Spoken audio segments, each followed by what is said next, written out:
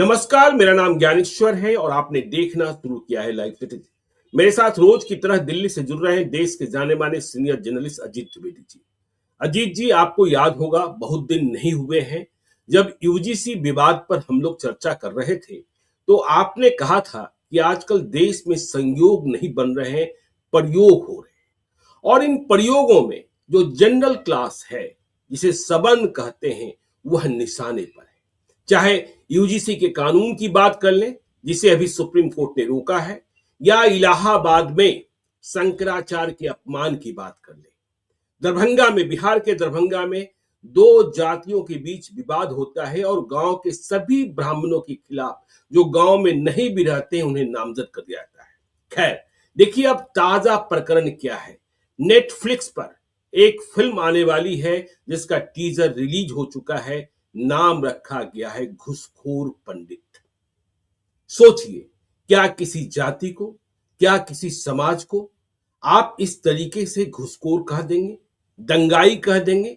और देखिए, यह चर्चा इसलिए जोड़ी है, बिहार भी कनेक्ट होता है, क्योंकि नेटफ्लिक्स पर आने वाले इस फिल्म के मुख्य किरदार, घुसखोर पंडित के मुख्य किरदार मनोज बाजपेयी है। नीरज पांडे निर्देशक की भूमिका में है, तो मनोज बाजपेयी मुख्य किरदार की भूमिका में है, जो पुलिस विभाग के इंस्पेक्टर हैं। उन पर भ्रष्टाचार का आरोप है और कहा यह जाता है कि वह इतना भ्रष्टाचार करते हैं कि कई बार प्रोन्नति मिल जाती है, लेकिन वह डिमोट होकर फिर से इंस्पेक्टर रैंक में ही आ जाते हैं। खैर, तो देखिए फिल्म में क्या है, और आपने फिल्म में किरदार की भूमिका किस रूप में निभाई है, फिक्शनल है, क्या है, थ्रिलर है, मुझे नहीं पता। फिल्म आएगी तो देखा जाएगा।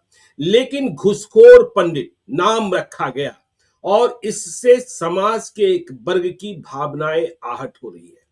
देखिए, बिहार में यह मामला अभी तुल नहीं पकड़ा है। उत्तर प्रदेश में विवाद बढ़ चुका है, मध्य प्रदेश में विवाद बढ़ चुका है, दिल्ली हाई कोर्ट में याचिका लग चुकी है। मनोज बाजपेयी ने स्वयं कहा है कि देखिए, हम सभी का सम्मान करते हैं, लेकिन इस तरीके से क्या? यह देखिए, पंडित, ब्राह्मण, फिर से हम कहते हैं जनरल क्लास, यदि इतनी हिम्मत थी तो किसी दूसरी जाति के नाम के आगे आप घुसखोर, दंगाई, चोर लगाकर दिखा देते तो समझ में बात आती कि, लेकिन वही बात, संयोग नहीं प्रयोग हो रहे हैं इस देश में। और इस प्रयोग में बाद में क्या होता है, देखिए यहां भी कोर्ट में मामला चला गया है, और लेकिन इसके पहले विवाद तो हो गया, बहस शुरू हो गई, जातीय रंग देखा जाने लगा। तो जिस ब्राह्मण समाज की परंपरा गौरवशाली रही है, फिर हम कहते हैं हर समाज में अच्छे बुरे लोग हैं, लेकिन पूरे समाज को, चाहे वह समाज कोई हो, चाहे वह जाति कोई हो, चाहे वह धर्म कोई हो, उसे आप इस तरीके से भ्रष्ट, घुसखोर, चोर और दंगाई नहीं कर सकते हैं।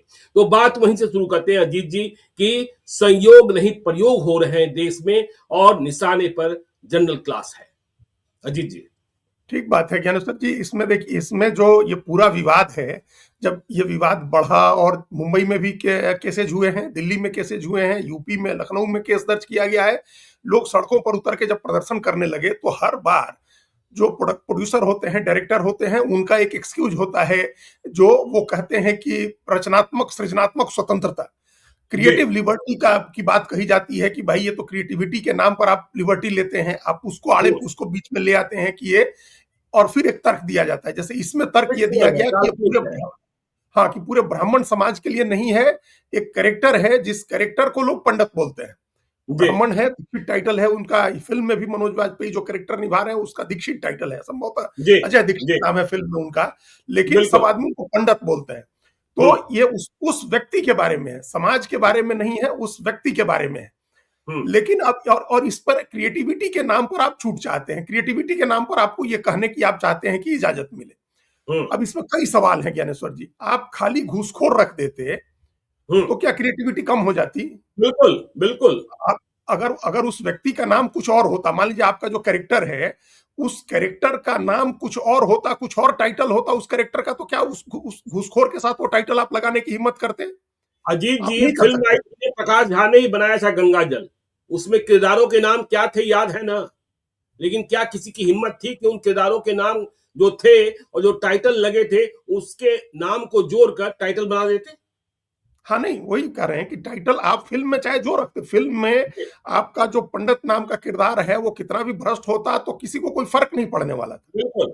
क्योंकि वो मान लिया जाता, और ऐसा हर फ़िल्म में हम लोगों ने अनेक फ़िल्मों में देखा है और बरसों से हम लोग देखते आ रहे हैं कि हुँ, आमतौर पर ये सबसे ज़्यादा सुविधाजनक होता है ज्ञानेश्वर जी कि ब्राह्मण किरदार जो है, उसको आप नेगेटिव लाइट में दिखाएँ, ये सबसे आसान होता है।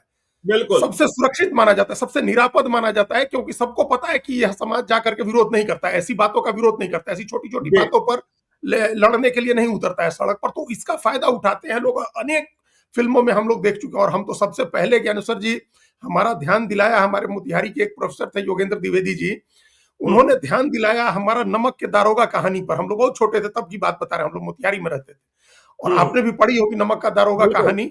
उसमें मुंशी बंशीधर जो हैं वो ईमानदार नमक का दारोगा है, हुँ, और तस्करी करने वाला व्यक्ति कौन है? हुँ, जो जी, तस्करी करने वाला व्यक्ति है वो पंडित है, पंडित अलोपीदीन जो है वो तस्करी करते हैं नमक की। हुँ, अब आप सोचिए अंग्रेज के जमाने में, मतलब ये कितना बड़ा कंट्रास्ट है कि उन्होंने जो जो मुंशी मुंशी बंशीधर जब नौकरी खोजने निकलते हैं तो उनके पिताजी उनको सलाह देते हैं कि रिश्वत लेना। उन्होंने कहा जी, है मुंशी बंशीधर के पिता ने कि जो वेतन होता है वो पूर्णमासी का चांद होता है, जो घटते घटते एक दिन लुप्त हो जाता है, और ऊपर की आय बहता स्रोत है, उस पर हुँ, निर्भर करना चाहिए। लेकिन मुंशी बंशीधर ईमानदार है, हुँ, जी, कायस्थ समाज के हैं, मुंशी बंशीधर ईमानदार हैं, और जो ब्राह्मण है वो तस्करी कराता है। तो बिल्कुल, ये जी, कहानी उन्होंने ध्यान दिलाया कि भाई ये तो इसमें जातिवाद है। हुँ, लेकिन आज आज तक आप सोचिए किसी ने कभी इस बात का विरोध किया कि क्यों एक तस्कर आपने दिखाया, स्मगलर दिखाया ब्राह्मण को। हुँ, फिर कहानी का अंत ऐसे होता है कि वो ईमानदार अधिकारी के यहाँ जाते हैं पंडित अलोपीदीन, और उनको कहते हैं कि आप उनके उनकी ईमानदारी की कदर करते हैं और अपने यहाँ नौकरी ज्वाइन करने की बात करते हैं। तो हुँ, ये जो उस समय आप नमक का दारोगा, अगर आप उसमें नमक का तस्कर पंडित अलोपीदीन नाम रख देते तब तो विरोध होता है इस बात का। बिल्कुल, बिल्कुल तो होता है। मुंशी प्रेमचंद ने कहानी लिखी, समाज को एक संदेश देने वाली कहानी है, ईमानदारी को स्थापित करने वाली कहानी है। उसमें बैड लाइट में है ब्राह्मण का चरित्र, लेकिन इस बात पर कोई आपत्ति नहीं करता है। उनकी जी, तमाम किताबों में आप देखेंगे, गोदान में भी मिलेगा, ठाकुर है जो जुल्म करता है समाज में, ब्राह्मण है जो जुल्म करता है, कोई इस पर आपत्ति नहीं करता है, हुँ, क्योंकि मंशा पर सवाल नहीं है किसी को। मनसा पर बिल्कुल, सवाल नहीं, लोग मान रहे हैं कि आप समाज के लिए एक अच्छी चीज लिख रहे हैं, उसमें समाज के जिस तरह का कैरेक्टर है इंडिविजुअल, आप उसको उस रूप में दिखा रहे हैं। यहाँ जी, समूचे समाज को एक खराब रोशनी में दिखाने का प्रयास है। यहाँ कोई क्रिएटिविटी नहीं है। इससे जी, खराब अगर ये क्रिएटिविटी है, तो इससे हुँ, खराब क्या क्रिएटिविटी हो सकती है? सही बात। इससे खराब क्या बात हो बिल्कुल, सकती है कि आप एक बिल्कुल, जाति का नाम लोग लिख करके, और आप कहते हैं कि आप वर्ड प्ले कर दिया आपने कि पंडित व्यक्ति का नाम है, तो हम हुँ, तो आप किसी दूसरी जाति का क्यों नहीं नाम रख लिए उसका? लोग जो टाइटल अपने बिल्कुल, नाम के साथ लगाते हैं, जो टाइटल, पंडित तो कम लगाते हैं लोग, पंडित लोगों को उच्चारण किया जाता है। पंडित लोगों जी, को सम्मान देने के लिए 10 जगह, हम जहां आज गए थे, आपसे प्रोग्राम के पहले बात कर रहे थे, जहां लंच में, वहां 10 नेता कांग्रेस पार्टी के और दूसरी पार्टियों के हमको मिलते हैं जो हमको पंडित कहते हैं। और बिल्कुल, पंडित जी पंडित क्या जी, हाल है? जी, तो ये हमारे नाम में तो नहीं लगा हुआ है। जी, तो बिल्कुल, पंडित तो अच्छा, ये कई लोग उसमें ऐसे हैं जिनको हमारी जाति नहीं पता है, मान लीजिए। हुँ, बहुत सारे लोग हैं जाति नहीं पता है, वह व्यक्ति भी पंडित कह देता है कई बार। हम लोगों ने हमने संपादक को कहते सुना है, कई राजपूत पत्रकार हैं या पिछड़ी जाति के पत्रकारों की, और पंडित आओ आओ। तो ये इसलिए बिल्कुल। क्योंकि वो मानते हैं कि पढ़ा दरअसल लिखा आदमी पंडित है, का विद्वान है। मतलब विद्वता होता है, पंडित का मतलब हाँ, ज्ञान होता है, यह भी तो है ना? हाँ, वही कह रहे हैं। तो ये जी, पंडित एक कोई, वो आप इस यहाँ आप कह रहे हैं कि ये नाउन है, जी, संज्ञा हुँ, है। आपकी फ़िल्म में हुँ, हो सकता है संज्ञा हो, लेकिन पंडित संज्ञा नहीं है। पंडित बिल्कुल, विशेषण है। ये जी, विशेषण है, ये कोई संज्ञा नहीं है, नाउन नहीं है ये। तो जी, आपने भले अपने फ़िल्म में नाउन की तरह इस्तेमाल किया, संज्ञा की तरह इस्तेमाल किया, लेकिन यहाँ तो विशेषण है ये। और बिल्कुल, आप सिर्फ़ इस पंडित, घूसखोर पंडित कह के आप सिर्फ़ इस जाति का, जो ब्राह्मण जाति का अपमान नहीं कर रहे हैं। जो पंडित की अवधारणा है, पढ़े-लिखे विद्वान की जो अवधारणा है, आप उसकी भी आलोचना कर रहे हैं। आपकी मंशा खराब है, आपकी मंशा गलत है, ये कोई क्रिएटिविटी नहीं है। हुँ, हमारे यहाँ ज्ञानेश्वर बिल्कुल, जी छठ में महिलाएँ गाना गाती हैं। बिहार में आपने भी सुना होगा कि रुनकी झुनकी बेटी मांगी ले, पढ़ल जी, पंडित दामाद। तो पढ़ल पंडित बिल्कुल, क्या, सारी बिल्कुल, हर जाति की जो महिलाएँ छठ करती हैं वो ब्राह्मण दामाद माँगती हैं। नहीं वो मानती पढ़ा है? हुआ, पढ़ा-लिखा पंडित दामाद माँगती हैं। पढ़ा पंडित जी, दामाद माँगती हैं, मतलब पढ़ा-लिखा दामाद खोजती हैं। हुँ, तो यहाँ पढ़ा-लिखा होना, क्या होने का मतलब होता है पंडित होना। तो जी, आप समूची पढ़ी-लिखी जमात को, विद्वान जमात को, विप्र को, जिसकी ऐसी महत्ता शास्त्रों से लेकर के और समाज निर्माण में सबसे बड़ी भूमिका रही है, आप हुँ, उसको उस तरह का एक कैरेक्टर का वो नाम रख के, और उस पूरी जमात को घूसखोर दिखाने के लिए और बैड लाइट में दिखाने के लिए आपने फ़िल्म का नाम रख दिया। ये क्या जी, क्रिएटिविटी? देखिए, हम फिर यहाँ एक क्लैरिफिकेशन देते हैं, हम नीरज पांडे को बहुत ही शानदार डायरेक्टर मानते हैं, बहुत शानदार, बिल्कुल बिल्कुल। बेहतरीन डायरेक्टर है नीरज पांडे। और अभी ही नेटफ्लिक्स पर हमने उनकी उनका एक सीरीज देखा है, तस्करी, जिसका नाम है, लिमिटेड सीरीज का है, और बहुत ही बढ़िया शानदार बनाया है। वेडनेसडे उनकी जो फिल्म आई थी नसीरुद्दीन शाह अनुपम खेर को लेकर के, वो कल्ट फिल्म है, क्लासिक है। नीरज पांडे बहुत ही शानदार डायरेक्टर है, लेकिन यहाँ उनका जो ये उन्होंने जो काम किया है, ये फिर आपने जहां से शुरू किया वहां हम आते हैं, ये कोई संयोग नहीं है और न जी। ये कोई क्रिएटिविटी है। हम्म। ये कोई क्रिएटिविटी भी नहीं है, कोई संयोग भी नहीं है। ये हो सकता है प्रयोग अब किस लेवल का है, कोई राजनीतिक प्रयोग है, आर्थिक प्रयोग है, वो हो सकता है कि अभी जो समाज में जो भावना व्याप्त है, उस भावना को एक्सप्लॉइट करने के लिए उन्होंने ब्राह्मण को सोचा हो, पंडित को बैड लाइट में दिखाने का फैसला किया कि ये बिल्कुल। चूंकि आजकल आज के समय में ये चल रहा है, और ये इसके लिए देखिए कितनी बड़ी जिम्मेदारी भारत के सरकार पर आती है, हमारे राजनीतिक बिरादरी पर आती है। आपने एक समाज को, जनरल क्लास को, और जनरल क्लास को जो लीड करने वाला वर्ग है, जो जाति है, उसको आपने इग्नोर करना शुरू किया, उसके बारे में गलत बातें कहनी शुरू की, उसकी अनदेखी शुरू की। ये जो तमाम, उसको आपने अत्याचारी, प्रताड़ित करने वाला बताया यूजीसी के रूल में जी कि वो बिल्कुल। अत्याचारी है, वो हमेशा प्रताड़ित करने वाला रहा है, शोषक है, और उससे बाकी सबकी रक्षा करनी है। यही तो जी यूजीसी के नियम का पूरा क्रक्स यही था ना, और जिस पर सुप्रीम कोर्ट ने बिल्कुल। रोक लगाई। तो इससे बहुत सारे लोगों को मौका मिल गया कि अब हम इस समाज को प्रताड़ित करना शुरू करते हैं, हम इस समाज को अपमानित करना शुरू करते हैं, और हम ये ऐसा करेंगे तो जो बहुजन जिसको कहा जा रहा है वो हमारे साथ आके खड़ा हो जाएगा, हमारी फिल्म देख लेगा। हो सकता है कि ये आर्थिक मंशा हो, हम राजनीतिक प्रयोग भी कैसे हो सकता है हम उस पर भी आते हैं, लेकिन जी ये हो सकता है कि ये आर्थिक प्रयोग हो, कि आज बिल्कुल। समाज में ऐसी धारणा बनी है कि ब्राह्मण को आइसोलेट करो, जनरल कास्ट को आइसोलेट करो, और बहुजन को एकजुट करो। तो क्या पता कि इस फिल्म में अगर हम घूसखोर पंडित नाम रख देते हैं और कंट्रोवर्सी खड़ी कर देते हैं, तो बहुजन समाज के लोग आके देखने लगे फिल्म को। जी ये तो आपने अपनी सारी क्रिएटिविटी पर मिट्टी डाल ली इस तरह की बात करके, अगर ऐसा आपने सोचा भी है तो। बिल्कुल। इसमें क्या, आप सिर्फ घूसखोर नाम रखते तो आपकी क्रिएटिविटी कम थोड़े हो जाती है। आप घूसखोर फिल्म बना देते, उसमें कैरेक्टर का नाम कोई देखने नहीं जाता कि उस कैरेक्टर का नाम दीक्षित है और उसको लोग पंडित बुलाते हैं फिल्म, हम्म। क्योंकि ये पहली बार नहीं होता, हम लोग सैकड़ों नहीं फिल्म ना देख चुके अजय हैं जी, जिसमें। देखिए ब्राह्मण को इतना असहाय और निर्बल आपने मान लिया कि आप घुसखोर खान नाम रख सकते थे, घुसखोर यादव नाम रख सकते थे, आप घुसखोर मुस्लिम रख सकते थे? नहीं रख सकते थे। लेकिन जो आपने कहा ना कि ब्राह्मणों को अबला मान लिया गया कि आवाज नहीं उठा सकते हैं या लड़ नहीं सकते हैं, तो इस तरीके से दबा और कुचल दो। तो देखिए, अब राजनीतिक पहलू पर आप आएंगे ही आएंगे। देखिए उत्तर प्रदेश में मायावती ने भी इसका विरोध किया है, मायावती ने यूजीसी के समय में भी स्टैंड लिया, और योगी आदित्यनाथ के कहने पर निदेशानुसार मुकदमा भी हुआ है। तो राजनीतिक पहलू भी है, दिल्ली यूपी की लड़ाई भी दिखती है, बहुत सारे फैक्टर्स आ रहे हैं।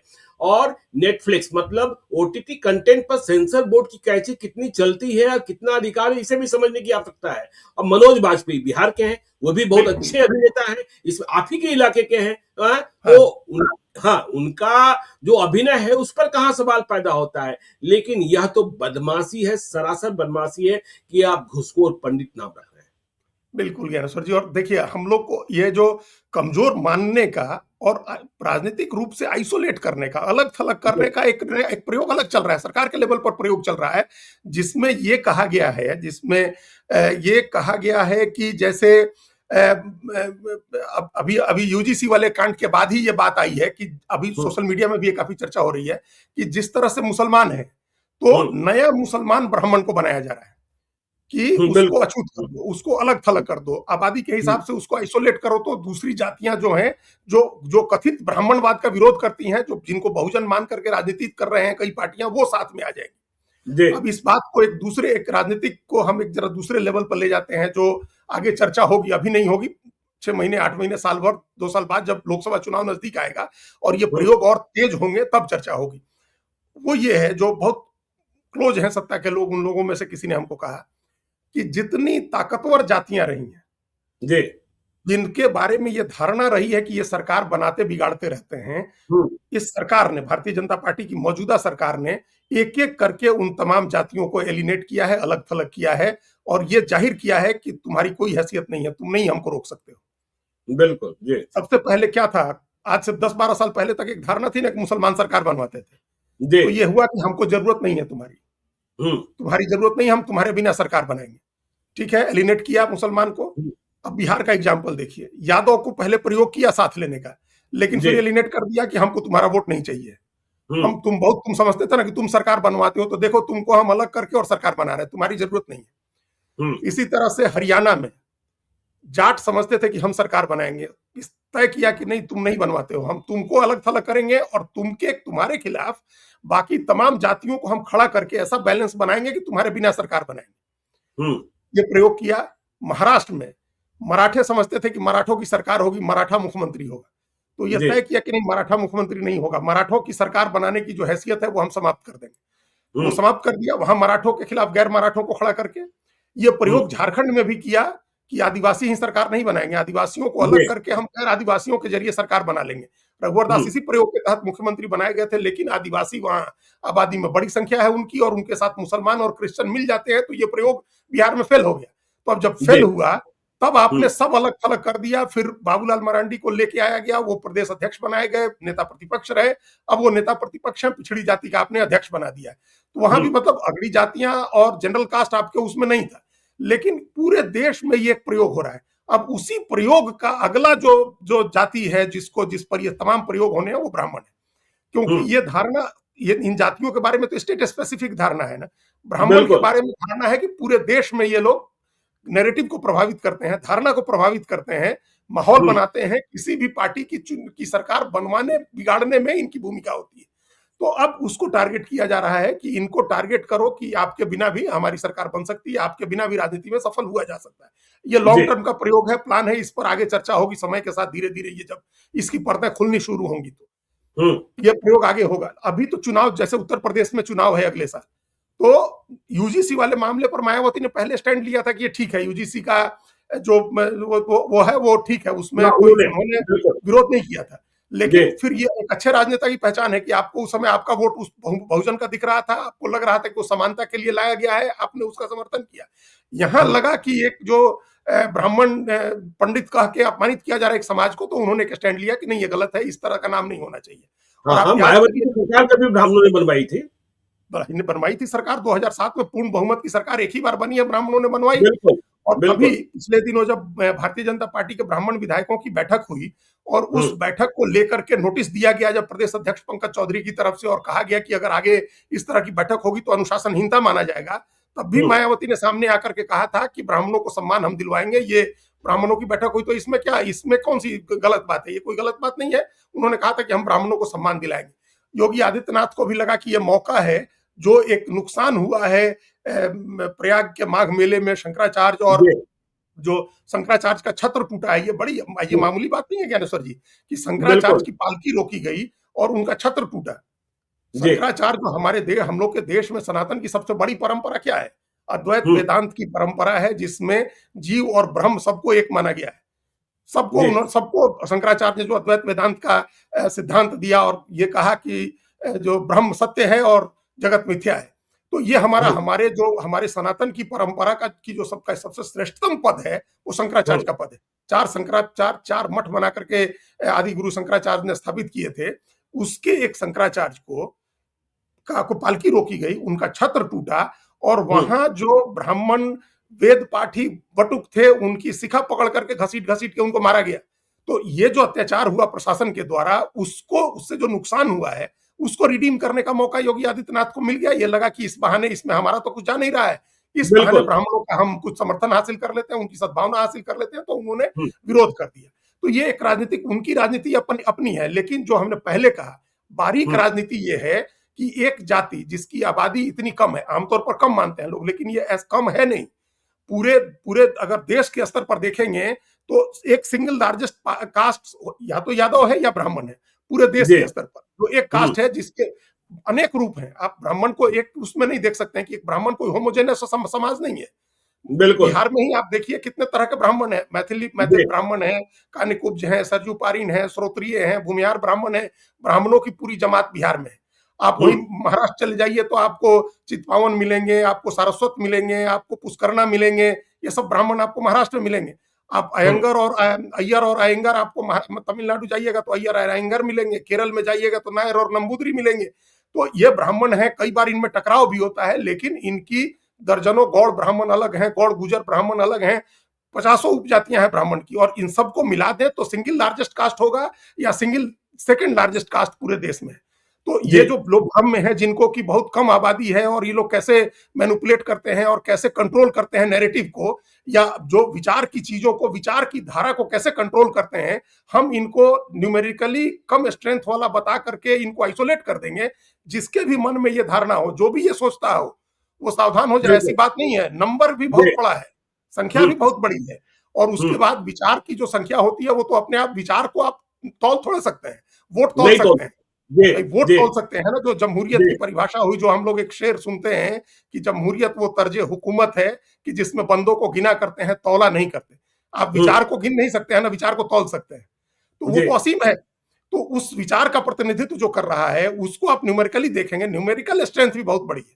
तो वो नहीं हो सकता है। जो अगर सोच रहे हैं, जो भी व्यक्ति सोच रहा है, जो भी पार्टी सोच रही है, उसको इस तरह के प्रयोग में नहीं पड़ना चाहिए। ये बड़ा हम्म। घातक हो जाएगा आगे चल के, और राजनीतिक रूप से भी।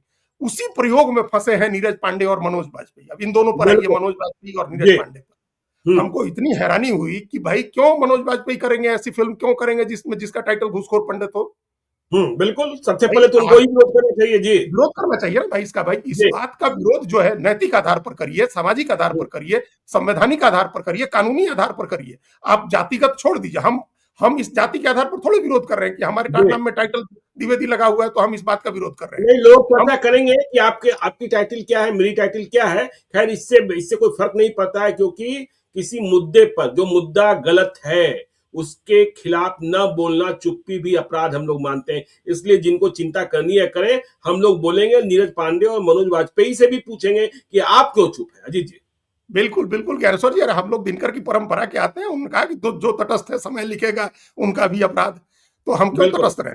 हर जी। समय हम किसी स्थिति में तटस्थ नहीं रह सकते हैं। किसी भी जाति को अपमानित करने वाली बात होगी और हमको लगेगा कि ये संविधान के प्रावधान, संविधान के अनुच्छेद 14, संविधान के अनुच्छेद 15, संविधान के अनुच्छेद 19, 21, 25, इसमें किसी का उल्लंघन कर रहा है, कोई भी बात उल्लंघन कर रही है, आप क्रिएटिविटी के नाम पर, राजनीति के नाम पर अगर कर रहे हैं तो हम वो सवाल उठाएंगे, सबसे आगे आकर उठाएंगे। हम लोग बिल्कुल। तटस्थ नहीं रह सकते हैं। तो जी। ये कैसे तटस्थ रहे मनोज वाजपेयी? पढ़े लिखे हम्म। व्यक्ति हैं, बिहार की उस जमीन से आते हैं जहां गांधी ने सत्याग्रह किया, जहां से सत्य का के प्रयोग शुरू हुए, और उन्होंने वो कैसे स्वीकार कर लिया इस बात को? ये बिल्कुल। आप क्रिएटिविटी, क्रिएटिव जो लिबर्टी है, उसमें आप किसी जाति को अपमानित करने की लिबर्टी आपको कौन देता है? हम्म। भाई एक समय था, जैसे एक गाना हमको याद, ध्यान आ रहा अभी कुछ दिन पहले का, कुछ दिन माधुरी दीक्षित का गाना था, उसमें एक जाति का नाम आ गया, गाने में एक शब्द आ गया, बदलना पड़ा उस नाम को। बिल्कुल। गाने में उस नाम को बदलना पड़ा था, उसको फिर से दोबारा वो गाना फिल्म रिकॉर्ड किया गया। अभी अभी तो अभी ने देखा, अभी आपने देखा था क्षत्रियों का कितना विवाद हुआ उसी ओटीटी सीरीज पर। आपने वो महारानी को देखा, तो भाई सबसे कमजोर, सबसे निर्बल ब्राह्मण, इनको सीधे तौर पे घुसखोर पंडित कह दो, क्या मजाक है रे भाई। हाँ, तो वही देखिए, पहले क्या होता था, जो हम लोग मतलब जो इस तरह की चीजें आती थी, जब जैसे हमने कहा उस नमक का दारोगा का भी हमने मिसाल जी। दी। फिल्मों में आपने बहुत बार देखा होगा वो, आप सीरीज देखिए ना, अभी जो नेटफ्लिक्स के या टेलीविजन चैनल्स पर सीरीज देखिए, ये सबसे सुविधाजनक होता है कि आप किसी कैरेक्टर के नाम में मिश्रा, तिवारी, शुक्ला आप लगा दीजिए, और बिल्कुल। उसको किसी तरह का दिखाइए कैरेक्टर। उसको हम्म। जोकर दिखाइए, उसको घूसखोर दिखाइए, उसको किसी तरह का दिखाइए, उस हम्म। कोई फर्क नहीं पड़ता है, कोई आपत्ति नहीं करता है जाकर के। ये सबसे आसान, सबसे सुविधाजनक होता है, क्योंकि बिल्कुल। ब्राह्मण विरोध नहीं करते थे इस बात का। जी। और इसलिए नहीं विरोध करते थे क्योंकि समाज में एक सर्वोच्च स्थान उनको मिला हुआ था। तो हम्म। उनको लगता था कि इन सब चीजों से हमारी जो सर्वोच्चता है, हमारा जो सबसे ऊपर का स्थान है, वो प्रभावित नहीं होता है। जी। इसलिए वो देखिए, हम लोग एक कहावत कही जाती है कि अ, अंधे को अंधा कहने पर जितना बुरा लगेगा, उतना आंख वाले को तो नहीं लगेगा ना बुरा। जी। तो बिल्कुल। तो ये आमतौर पर हम लोग, इस ब्राह्मण इस धारणा में रहता था कि भाई जी। हमको जो कह रहा है वो हम नहीं है, हम्म। तो हमारा हमको क्या फर्क पड़ रहा है? हम हम्म। श्रेष्ठ हैं, हम जी। विद्वान हैं, हम पढ़ाई लिखाई में काम कर रहे हैं, हम ज्ञान का काम कर रहे हैं, और हम्म। उस ज्ञान के काम में वो हमको जो दिखा रहा है वो हम नहीं है, तो हमको क्यों बुरा लगना चाहिए? ठीक है, वो अपना दिखा रहा है, पैसे कमा रहा है, लेकिन जब ये मेन स्ट्रीम हो जाए, जब ये मेन स्ट्रीम कर दें आप इसी बात को, आप अपवाद के तौर पर कभी पहले हुआ तो ठीक है, लेकिन आप मेन स्ट्रीम कर दें, उसके बाद आप अपने फिल्म लेकर के आए, उस फिल्म के टाइटल में कर दें। जब आपको लगा कि सहिष्णुता ब्राह्मण की इतनी है कि वो फिल्मों में आप उसको किसी रूप में प्रस्तुत कर रहे हैं, वो आपको नहीं कुछ कह रहा है, वो सड़क पर तो उसने कोई करनी सेना नहीं बना रखी है, उसने कोई अहिर यादव सेना नहीं बना रखी है, और वो सड़क पर उतर कर नहीं लड़ता है, तो अब इसको और आगे बढ़ो, 2 कदम आगे बढ़ जाओ, टाइटल में लगा दो घूसखोर पंडित कह दो, और उसके बाद जब इसके बाद विवाद तकिया मिटे तो कलाम आप बन जाए, इसके बाद पूरे समाज में तकिया कलाम बन जाए, तकिया कलाम ही बन जाएगा तकिया ना। बन जाए, अरे ये बनेगा। है पंडित जी हैं, घुसखोर हैं, देखे नहीं कैसे कैसे वही पंडित लोग घुसखोरी करता है, क्या करता है नहीं करता है, तो ये तकिया कलाम बना दो, बदनाम कर भाई दो, बन गया खत्म नहीं, कर दो। भाई बन गया। पोंगा पंडित बना हुआ है कि नहीं बना हुआ है? हम्म। भाई जिस किसी को मतलब नहीं पता है, वो भी कहता है, किसी को कह देगा ये बात, तो वैसे ही जी। आके घूसखोर पंडित हो जाएगा, और फिर आप कुछ और लेकर के आएंगे। तो इसको तो इस ग्राउंड पर भी इस पर आपत्ति होनी चाहिए है। लेकिन हम लोगों की आपत्ति ये है कि आपने जानते बूझते, कोई बच्चे नहीं है, नादान नहीं है नीरज पांडे, और न मनोज वाजपेयी नादान है, न फिल्म के साथ प्रोडक्शन से जुड़े हुए और दूसरे लोग नादान हैं, कि उनको नहीं पता है कि यह जातीय विद्वेष फैलाने वाली बात है। और जातीय विद्वेष फैलाना कानूनी रूप से, संवैधानिक रूप से दोनों तरह से गलत है। इसके लिए कानून में भी प्रावधान है कि आपके ऊपर आपको मुकदमा चले और सजा दी जाए। और संविधान तो सबके, संविधान में तो अनुच्छेद 14 ये कहता ही है कि कानून के समक्ष सब बराबर हैं, और अनुच्छेद 15 कहता है कि आप जाति, धर्म, लिंग, स्थान, नस्ल किसी भी आधार पर भेद नहीं कर सकते।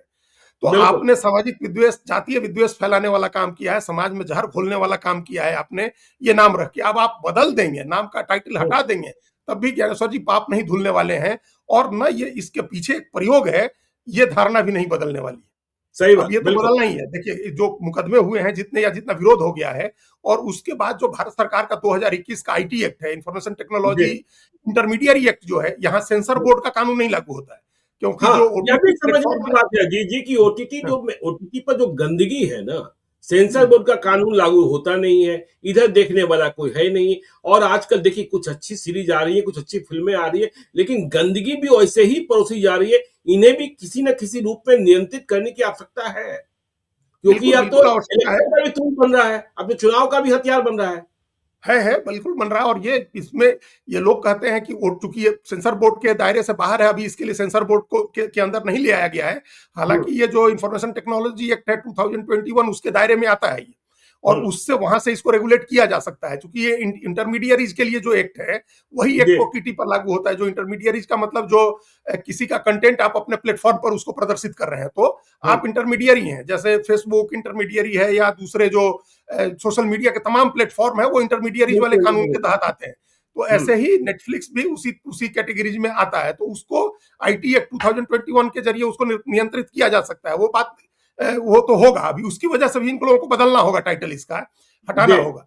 लेकिन ये जो आपने कहा वो ज्यादा बड़ी बात है कि ये लोग, उस पर जितनी गाली गलौज होती है, जितनी गंदगी होती है, जिस तरह की चीजें उसमें जितनी ब्रूटलिटी दिखाते हैं, ये कहते हैं कि ओटीटी पर आपको क्रिएटिव लिबर्टी बहुत ज्यादा मिली हुई है, रचनात्मक स्वतंत्रता आपको बहुत मिली हुई है। भाई आप अगर फिल्म में दिखाते हैं, यहाँ भी ये यू और ये सब सर्टिफिकेट मिलते हैं। थिएटर में जब आप देखते हैं, मतलब जब बनाते हैं फिल्म, तो वहां जो जा करके थिएटर में देखेगा उसके लिए है, वो समझता है कि हम क्या देखने जा रहे हैं। जब आप, ये तो घर में बैठ के लोग देखते हैं, तो घरों में पूरे परिवार के बीच आप इस तरह की चीजें कैसे देखी जा सकती है, जैसी चीजें आजकल हम लोग यहाँ ओटीटी पर दिखाई जा रही हैं। हम बहुत पक्षधर हैं लिबर्टी के, आप दिखाइए ना, आप एक से देखेंगे घुसखोर पंडित जी, और घर में पूजा कराने पंडित जी आएंगे, तो बच्चे जो अभी अबोध हैं वो कहेंगे वही पंडित जी हैं, घुसखोर वाले पंडित जी। क्या आप कर रहे हैं, क्या आप कर रहे हैं? हाँ, तो ये सब ओटीटी के भी जितने प्रोड्यूसर डायरेक्टर हैं, उनको इस बारे में सोचना चाहिए कि आप बोल्ड विषय पर फिल्म नहीं बन रही है। आप एक बताइए, एक राजनीतिक फिल्म बन रही है क्या? एक राजनीतिक फिल्म नहीं बनती है। आज कोई आंधी जैसी फिल्म बना सकता है, बन रही है, पॉलिटिकल मेकओवर के लिए बन रही है, और किसके द्वारा संपोषित है ये भी सबको पता है। वो तो कोई पैसे दे करके बनवा रहा है, ब्रांडिंग की जा रही है, वो तो ब्रांडिंग की जा रही है, वो तो पीआर की फिल्म है। आप बोल्ड फिल्म नहीं बना रहे हैं, आप बोल्ड थीम पर फिल्म नहीं बना रहे हैं। अब आंधी बन रही है ना, न्यू दिल्ली टाइम्स जैसी फिल्में बन रही है, आज को फिल्म नहीं बनती। मैं आजाद हूं, अमिताभ बच्चन की फिल्म थी, आज कोई नहीं बनाएगा उस तरह की फिल्म। तो ये अब इनकलाब भी नहीं बनेगी, अमिताभ बच्चन की फिल्म थी। तो बोल्ड थीम पर आप फिल्में नहीं बनाते। जो समाज में, जो जैसे उन्होंने आर्टिकल 15 बनी थी, कितनी फिल्में उस तरह से बनी है, कितने सीरीज आर्टिकल 15 बहुत ही कमाल की फिल्म थी। या जो साउथ में एक फिल्म बनी थी, वो भीम इस तरह का नाम था, वो सामाजिक, जो आज सामाजिक विद्वेष है, जिस तरह का सामाजिक विभाजन है, उस पर कोई फिल्म नहीं बनाते। ये सब बोल्ड फिल्में नहीं बनती हैं। आप अश्लीलता दिखाते हैं, गाली गलौज दिखाते हैं, खून खराबा दिखाते हैं और कहते हैं कि आप बोल्ड फिल्म बना रहे हैं, आपको बड़ी क्रिएटिविटी की स्वतंत्रता मिली हुई है। उसी क्रिएटिविटी की स्वतंत्रता के तहत आप ये ले आए कि एक फिल्म का नाम घूसखोर पंडित रख देते हैं। ये एक मतलब आप आजमाइए मत। हमारा ये कहना है कि आजमा रहे हैं, आप पेशेंस की परीक्षा ले रहे हैं, आप धैर्य की परीक्षा ले रहे हैं, आप आजमा रहे हैं कि कोई व्यक्ति कहां तक जाकर के इसका विरोध कर सकता है। एक तो ये फिल्म वालों के लिए, और जो अब इस विवाद के बाद भी जो पॉलिटिकल मास्टर्स हैं इस देश के, जो राजनीतिक दल हैं बड़े, उनको भी समझना चाहिए। आप एक समय एकदम इस तरह से किसी जाति को जब आप टारगेट करना शुरू करते हैं पॉलिटिकली, तो फिर बाकी सारे लोगों को ये मौका मिल जाता है कि वो लोग भी टारगेट करें उस कास्ट को। अगर आप, कितना बड़ा मुकदमा हो गया था ज्ञानेश्वर जी, और ये हमको लगता है कि उसी मुकदमे में राहुल गांधी की सदस्यता गई थी। उन्होंने मोदी कह दिया था कि सारे मोदी चोर होते हैं, इस तरह की बात कही थी और उनके ऊपर मुकदमा हो गया। और यहाँ आप पूरी जमात को कह रहे हैं कि घूसखोर है, घूसखोर पंडित, और लोग ये भी चाह रहे हैं कि कोई इस पर बोले नहीं। भाई आप क्या है, कई लोग मिले, आज भी हमको मिले, जो लोग कह रहे थे कि नहीं इसमें क्या है, इसमें क्या आहत होने की बात है। भाई आहत, हम आप एक कैरेक्टर दिखाते फिल्म में जो घूसखोर होता है वो पंडित होता है, तो हम लोग कतई कोई आहत नहीं होता इस बात से। बिल्कुल। लेकिन आप एक पूरी जमात को एक सोच के मंशा से, आपका इंटेंट जो है वो गलत है आपने इसमें, कि घूसखोर पंडित आपने कह दिया, और ये राजनीति की वजह से ये हो रहा है। नेताओं को ये समझना चाहिए, चाहे किसी भी जाति की बात हो, कम से कम छोटी से छोटी जाति हो, बड़ी से बड़ी जाति हो, पॉलिटिकली आपके साथ अनुकूल बैठती हो या नहीं बैठती हो, आप किसी जाति को राजनीतिक रूप से अलग थलग करने, उसको आप कमजोर करने, उसकी हैसियत घटाने, ये सब काम नहीं करना चाहिए। हर व्यक्ति को, हर जाति को, हर समाज को समान मान करके उस तरह से ट्रीट करे। जब राजनीति में इस तरह की चीजें होने लगेंगी तो फिर समाज में, फिल्म में, खेल में कहीं ऐसा नहीं होगा कि कोई किसी जाति को उसकी जाति के आधार पर टारगेट करे किसी व्यक्ति को। तो चलिए देखिए, टारगेट आप नहीं कर सकते हैं घुसखोर पंडित, यह तो स्वीकार्य नहीं है। और किसी भी समाज या किसी भी जाति के लिए यदि ऐसी कोई टाइटल लगाई जाती है तो हमारा विरोध होगा, चाहे कोई भी जाति हो। यह बिल्कुल ठीक बात नहीं है। यह समाज में विभेद पैदा करना है, समाज में किसी को अपमानित करना है। और कोई भी समाज या कोई जाति पूरे तौर पर खराब नहीं होता है, अच्छे बुरे सभी जगह लोग होते हैं। तो हमारी चर्चा आपको कैसी लगी कमेंट बॉक्स में जरूर बताइएगा। और चलते चलते यदि अब तक आपने हमारे यूट्यूब चैनल को सब्सक्राइब नहीं किया है तो जरूर कर लीजिएगा। और यदि इस वीडियो को आप फेसबुक पेज के माध्यम से पेज को लाइक कीजिएगा, हैंडल एक्स पर भी हमें फॉलो कीजिए।